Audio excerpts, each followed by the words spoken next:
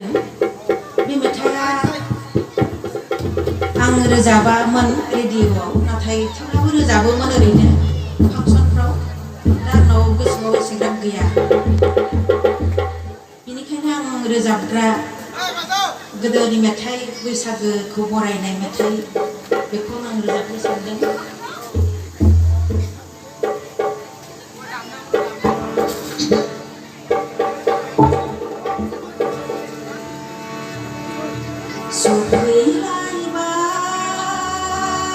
सफैलायबाय